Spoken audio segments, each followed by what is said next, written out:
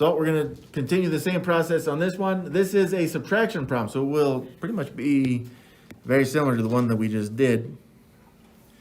It's just that now it's subtraction. But with subtraction, just like addition, we need the two denominators to match.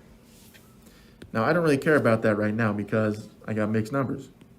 And it is subtraction between the two fractions.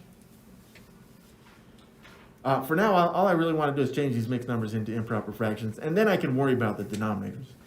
But as of right now, since I'm changing these mixed numbers into improper fraction, I got fifths and I got sevenths. Okay, so again, I just write those in right now so I don't forget.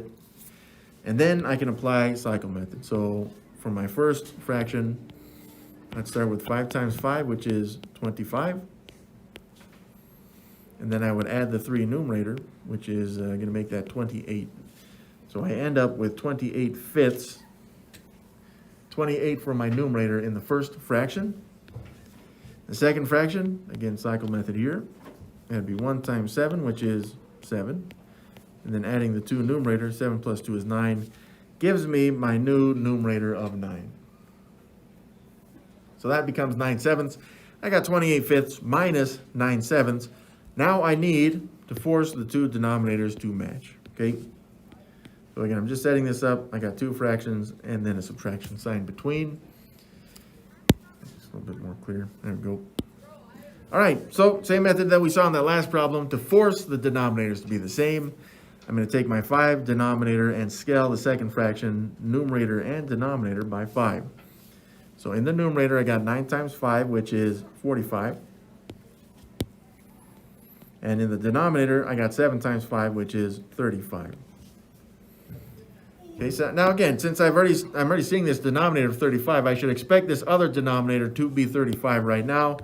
So I'm going to take my 7 denominator from the second fraction and multiply it by the denominator and numerator of the first fraction.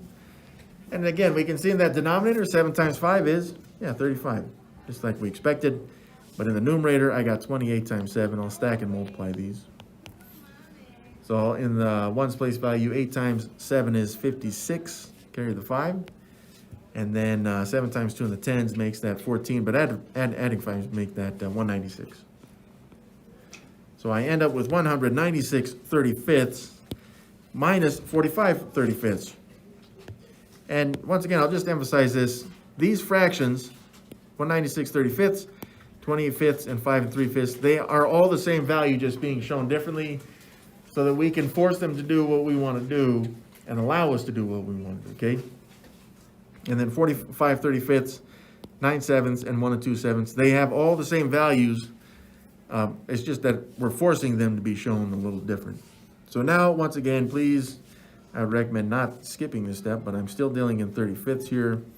The operation is subtraction. I'm just going to take my 196 and subtract 45. Okay. Now this will still be in 35ths. So there's my denominator. I just need to take my 196 and I need to subtract that 45. So in the ones place value, 6 minus 5 is 1. In the tens place value, 9 minus 4 is 5. And then I'll drop the other one, 151. As my numerator, 151 35ths. And then the last thing I need to do on this, just to check to see if it can be simplified.